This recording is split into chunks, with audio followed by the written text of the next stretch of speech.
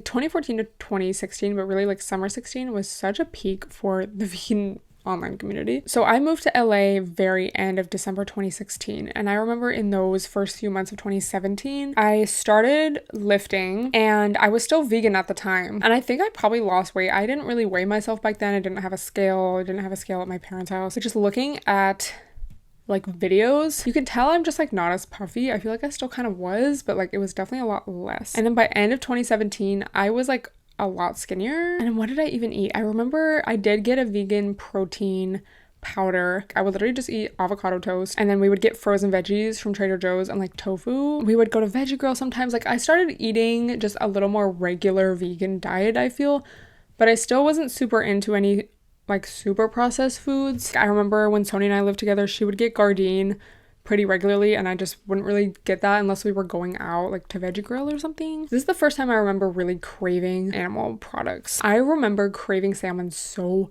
bad, and before this I had never really craved animal products, probably because I was eating like a million calories. But also, this is the thing, like I would never feel satiated. I could eat so much. Like I remember one time eating two, like, you know when you buy a package of rice noodles to like feed your family like 2 meals out of, like I ate 2 boxes of them in one sitting because I just like didn't feel full, even though I was like so full. My stomach felt so huge. I was so bloated. I just like did not feel satiated. I never really actively craved like salmon or anything like that during that time, even though it was really hard to feel satiated. I did not feel like I was craving anything specific. At this time, I was lifting, trying to gain muscle, and I started craving salmon specifically. And I remember feeling so guilty about it. And I remember it being like, it felt like a sin to like I told like Sonia and one of our friends at the time. I do remember the order at which I tried stuff. Like I remember trying salmon. I remember getting egg whites. Like I was not eating whole eggs, but I got egg whites. And then I remember once I moved to my next apartment, just having the worst digestion ever. And I think that's maybe also why I wanted to start incorporating those. It was bad this whole time. Like I remember telling y'all in my like why I'm not vegan anymore video, oh my god, I was so bloated all the time. Like and people loved to like misquote me on this, like, oh, she wasn't vegan because she just cared about wearing crop tops. It's like, no, that was like an example. If you're having just like a basic meal, you should not be so bloated to the point where you are uncomfortable. You're not overeating. You're not like, oh, this is a treat meal, we're really like treating ourselves. It's like your everyday breakfast. I was like never not bloated, and it's so hard to think about that now because I just haven't experienced that in so long. And then I also remember in 2018, that's when my acne got really bad. So I was having this horrible digestion, this horrible acne, and my diet was still kind of like partly vegan, but then it was like really hard to eat anything. Like I remember oatmeal would make me so bloated, and I really feel like it's because everything was so like imbalanced. Like my diet had been imbalanced for so long, and yeah, like that's how like extreme the messaging was behind especially the raw tofu. Like I would just feel so bloated and gross after like eating these meals, but because I mentally believed like, no, this is the right thing, I have so much energy, oh my god, I can eat however much I want, I didn't look at those side effects as like a bad thing. I just kind of ignored them, I guess. And then when it finally manifested as like really bad acne and just like the worst digestion ever, it was like, okay, like I need to change. But yeah, I feel like the whole vegan movement, like that specific vegan movement, kind of fell off then as well. It just was not that same like 2016 vibe. But social media, I feel like also changed then. That was when YouTube changed their algorithm and made, you know, the really advertiser safe guidelines. And so I feel like YouTube changed. I feel like less people started using Tumblr. Maybe that was when Tumblr banned prawn, so then everyone stopped using Tumblr. I don't know. I just remember Tumblr used to be like the place. Like that's where like so much drama was.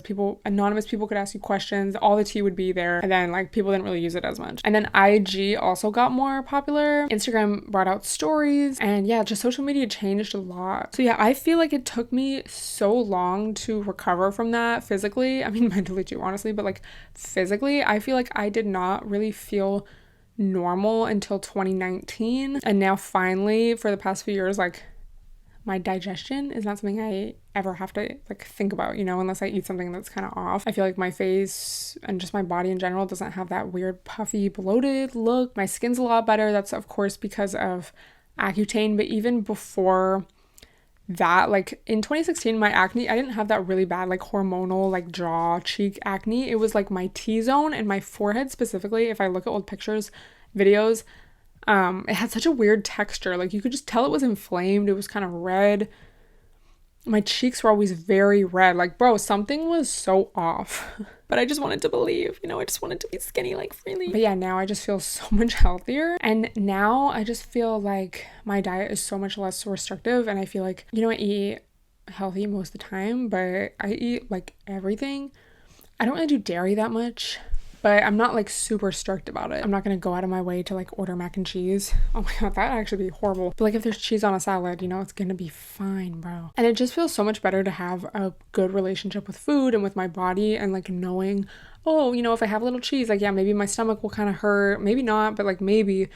But that's it. It's not the end of the world. I don't have to like fear that. Oh my God, does this have oil in it? It's like, bro, that's just not a way to live. And I feel like it's a side effect of something else, wanting that control over something. And, the more I've learned about mental health and like how certain things can manifest in your thoughts and just in your life, I feel like it just shows so much about like that era. But yeah, I definitely received a lot of backlash. I think it was in 2019 when I finally came out like, bro, like I'm not vegan anymore. And I finally felt like, okay, like this is a decision I'm going with to the point where I need to make it public. Like it wasn't like a one-time craving, like I'm like, I really need to fix my life. But it was worth it. And I just remember like, I wasn't really too affected by it because I just knew I was doing the right thing for myself and my body. But with that being said, like I said before, that doesn't mean I'm anti-vegan. I know there's so many vegans. Dude, remember when Nikocado was like a literal, like he's Nikocado avocado. Like he was known for like only eating avocados. He was so skinny and he was like so vegan. He did like a complete 180.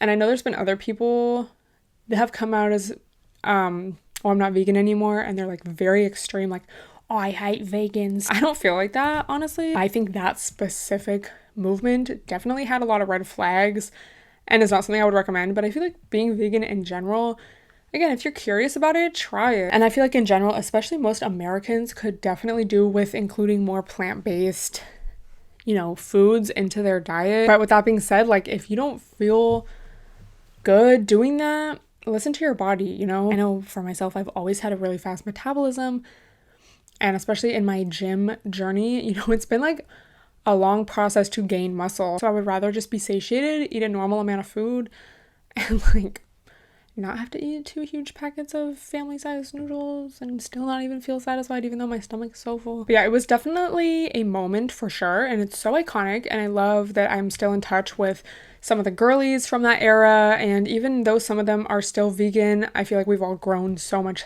from that specific era of veganism, and it's just cool to be able to reflect even like with you guys on how weird that was. Like honestly, it's like, was that a fever dream? And then again, when I post about it now, like, oh, TBT, just getting comments from people that like weren't a part of that, like, what are you talking about? I can't imagine not having lived through that, If you were a part of that era, I would love to hear your thoughts. If you did that diet or that lifestyle, I would love to hear about your experience. Let me know down below in a comment.